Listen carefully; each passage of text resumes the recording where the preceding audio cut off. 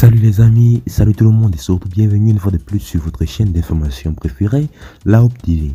En effet, aujourd'hui, l'on s'étape pour cette nouvelle partie d'information où nous avons une bonne nouvelle pour la gauche ivoirienne.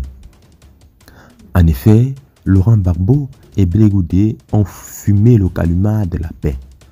Après quelques années de froid dans leur relation, le père et fils, acquittés par la Cour pénale internationale en janvier de 2021, ne s'était plus parlé depuis lors.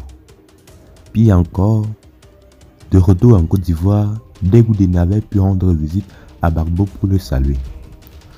Toutes ces tentatives de rencontre ou de demande d'audience auprès de l'ancien président ivoirien étaient restées sans suite. La mort dans l'âme. Blé Goudé a toujours dit à qui veut l'entendre que tout va bien entre lui et son mentor. Pourtant, visiblement, de l'eau a coulé sur le pont depuis leur sortie de la prison de La Haye où ils ont été jugés pour leur responsabilité dans la crise post-électorale de 2010 allant à 2011. Parfois, interrogé sur ses rapports avec Laurent Gbagbo, Blé Goudé a préféré bouter en touche, affirmant qu'il ne voulait pas aborder la question, preuve que la rupture était consommée entre les deux hommes. Blé Goudé, qui a repris les rênes de son parti, le COJEP, était accusé de coopérer avec le pouvoir en place. Toute chose qui aurait amplifié leur dissension entre lui et les fondateurs.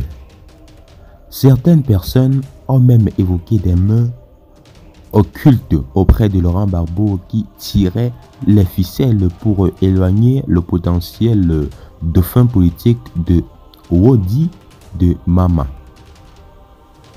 Mais tout cela est désormais rentré dans l'ordre. Selon des sources bien informées, Ouma Don Melo aurait passé de tout son poids et conduit les négociations pour que Laurent Gbagbo puisse renouer les contacts avec son ancien ministre de la Jeunesse. Et c'est depuis Bruxelles, où il se trouve actuellement, que Gbagbo a passé un coup de fil à Blé Goudé pour lui exprimer son soutien dans le moment de deuil qu'il observe.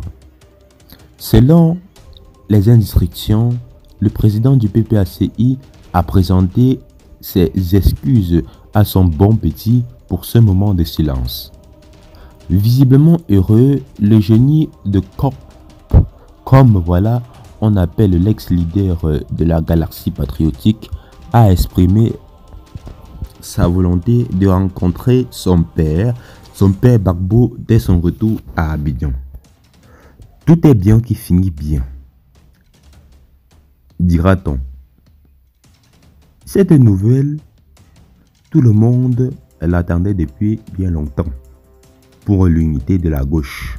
Malheureusement, et c'est là le chic qui emploie. Le chic, un poisson d'avril qui risque à faire suivre.